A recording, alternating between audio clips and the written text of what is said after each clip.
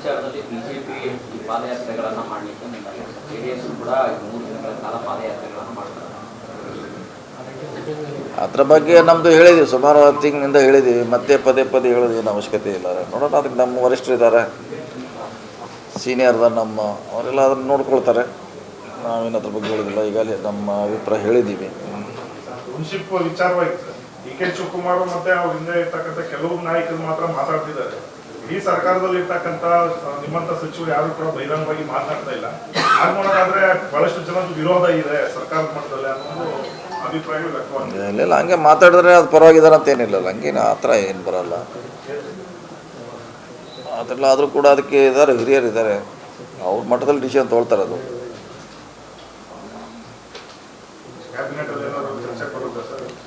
ಇಲ್ಲ, ಕ್ಯಾಬಿನೆಟ್ ಏನು ಬರಲಿಕ್ಕಿಲ್ಲ. ಸಹಜವಾಗಿ ಚರ್ಚೆ ಆಗ್ಬೋದು, ಅದಕ್ಕೇನು ಕ್ಯಾಬಿನೆಟ್ಲೇ ಆಗ್ಬೇಕಂತೇನಿಲ್ಲ, ಸಹಜವಾಗಿ ಚರ್ಚೆ ಆಗ್ಬೋದು.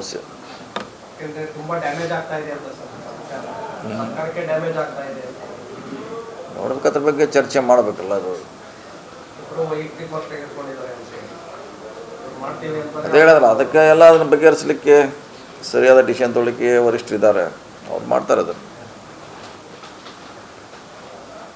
ದೇವೇಗೌಡರು ಕೂಡ ತಮ್ಮ ಹೆಸರು ಉಲ್ಲೇಖ ಮಾಡಿದ್ದಾರೆ ಸರ್, ಪ್ರತಿ ವಿಚಾರ ಮಾತಾಡುವಂಥ ಸಂದರ್ಭ ಸತೀಶ್ ಜಾರಕಿಹೊಳಿ ಒಬ್ಬರು ವಿರೋಧ ಮಾಡಿದ್ದಾರೆ ಅಂದರೆ ಅದು ಅವರ ಅಭಿಪ್ರಾಯವನ್ನು ಹೇಳಿದ್ದಾರೆ ಬಿಟ್ಟರೆ ಇವರು ಯಾರು ಕೂಡ ಹೇಳಿಲ್ಲ ಅನ್ನುವಂಥ ಮಾತನ್ನು ಕೂಡ ದೇವೇಗೌಡರು ಉಲ್ಲೇಖ ಮಾಡಿದ್ದಾರೆ.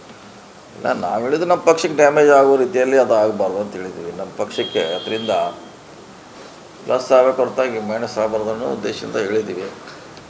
ಸೊ ಮಿಕ್ಕಿದ್ದು ನೋಡಿ ಯಾವ ರೀತಿ ಇದೆ ಮುಂದಿನ ನಮ್ಮ ವರಿಷ್ಠ ಹೋದ್ರೆ ಅವ್ರಿಗೆ ಬಿಡೋಣ. ಅದು ದೇವೇಗೌಡರು ಹೋರಾಟ ಮಾಡ್ತೀನಿ, ಧರಣಿ ಕೊಡ್ತೀನಿ ಅಂತೆಲ್ಲ ಎಚ್ಚರಿಕೆ ಕೊಟ್ಟಿದ್ದಾರೆ. ನೋಡಿ, ಮಾಡ್ಲಿಕ್ಕೆ ಅವ್ರ ರೈಟ್ಸ್ ಇದೆ.